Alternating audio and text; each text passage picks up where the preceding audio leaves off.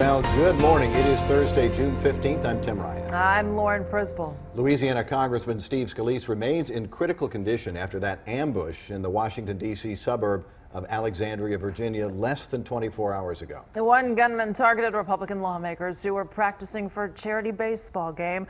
Scalise will need more surgery as he recovers. Also shot an aide to Texas Representative Roger Williams, a lobbyist, and a Capitol Police officer. The heavily armed man was a 66-year-old former home inspector from Southern Illinois. He was killed in that shootout with police. The FBI says it appears he'd been living out of his van in Alexandria since March. He has a history of anti-Republican, anti-Trump rants on his Facebook page. A former Dallas FBI special agent for more than 30 years, Danny Deffenbaugh, joins us live to share his insights on this investigation. Danny, thank you so much for joining us.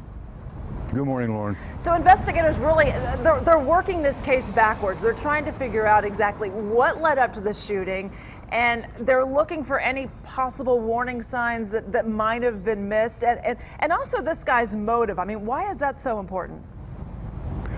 I think that not only the motive, but the intelligence on how he arrived at that particular YMCA at that particular time, knowing that they were going to practice at that field and then at that time of the morning.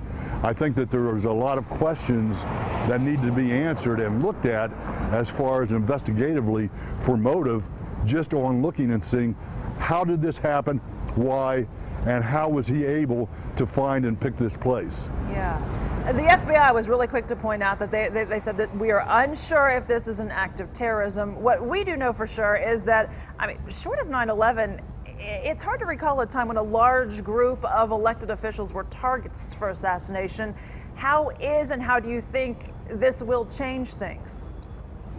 I think that this situation shows the grace of God. Had you not had that protective detail of those brave Capitol Police officers, you could have had a massacre onto our hands that would have been at monumental proportions as far as the impact of the individuals that were involved as victims. Yeah, that was really key. We talked about the shooter's social media account, and that seems to have really provided a lot of clues for investigators. He was a Bernie Sanders volunteer. He petitioned to impeach, or signed a petition to impeach Trump. His posts show that he was really, really angry, but there's a lot of people that are angry. This kind of violence, this is a whole nother level, and finding exactly what brought that out of him, I guess, is key.